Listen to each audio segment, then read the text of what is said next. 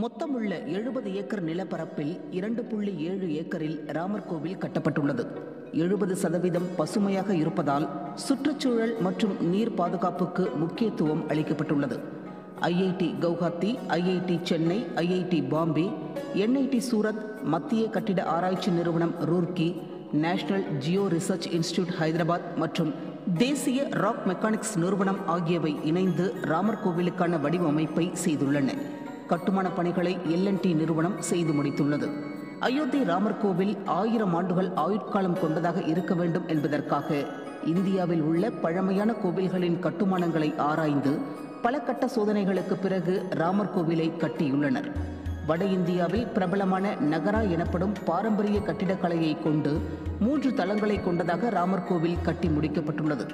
161 அடி உயரமும் 380 அடி நீளமும் 250 அடி அகலமும் கொண்டதாக கோவில் அமைந்துள்ளது. ஒவ்வொரு தளமும் 20 அடி உயரம் கொண்டது. கோவிலில் மொத்தம் 392 தூண்கள் உள்ளன.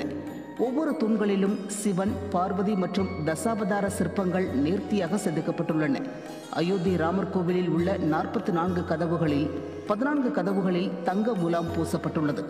ரங் மண்டபம், சபா மண்டபம், கீர்த்தன் மண்டபம், நிருத்திய மண்டபம் மற்றும் பிரார்த்தனை மண்டபம் என 5 மண்டபங்கள் அமைக்கப்பட்டுள்ளன.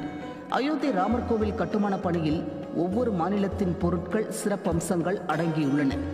ராஜஸ்தானின் பரத்பூரிலிருந்து எடுத்து வரப்பட்ட 4.7 லட்சம் கன அடி எடையுள்ள இளஞ்சிவப்பு கற்களால் கோவில் கட்டப்பட்டுள்ளது. மகாராஷ்டிராவின் காடுகளிலிருந்து கொண்டு வரப்பட்ட தேக்கு மரங்களால் கோவிலில் மர வேலைகள் செய்யப்பட்டுள்ளன.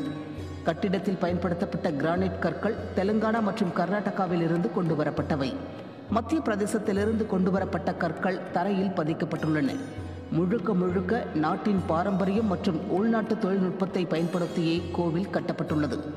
அயோத்தி ராமர் கோவில் கட்டுமானத்தில் எந்த இடத்திலும் இரும்பு பயன்படுத்தப்படவில்லை. ஏனென்றால் இரும்பு ஆயுட்காலம் 200 ஆண்டுகள்தான். கான்கிரீட் தளத்திற்கும் ஆயுட்காலம் குறைவு என்பதால் கட்டுமானத்தில் எங்குமே இரும்பு இல்லை. கோவில் கட்டப்பட்டுள்ள இடத்திற்கு அருகே சரையு நதி இருப்பதால் நீர்க்கசிவு ஏற்பட்டு கோவிலின் கட்டுமானம் பாதித்துவிடக்கூடாது என்பதற்காக கிரானைட்டை பயன்படுத்தி 21 அடி உயரத்திற்கு பீடம் அமைக்கப்பட்டுள்ளது. கோவிலில் பொருத்துவதற்காக தங்கம், வெள்ளி, காப்பரை சேர்த்து 2100 கிலோ எடையுள்ள பிரம்மாண்ட மணி பிரத்யேகமாக உருவாக்கப்பட்டுள்ளது. இந்த மணியிலிருந்து எழுப்பப்படும் ஓசை கோவில் சுற்று வட்டாரத்தில் 15 கிலோமீட்டர் தூரத்திற்கு கேட்கும் என்பது மற்றொரு சிறப்பு. கோவில் வளாகத்தில் கழிவுநீர் சுத்திகரிப்பு நிலையம் அமைக்கப்பட்டுள்ளது. பக்தர்கள் பயன்படுத்தும் நீரை சுத்திகரித்து மீண்டும் பயன்படுத்த இந்த ஏற்பாடு செய்யப்பட்டுள்ளது. தீயணைப்பு நிலையம் மற்றும் மின் நிலையமும் கோவில் வளாகத்தில் உள்ளது. சுமார் 25,000 பக்தர்கள் தங்க வசதி செய்யப்பட்டுள்ளது.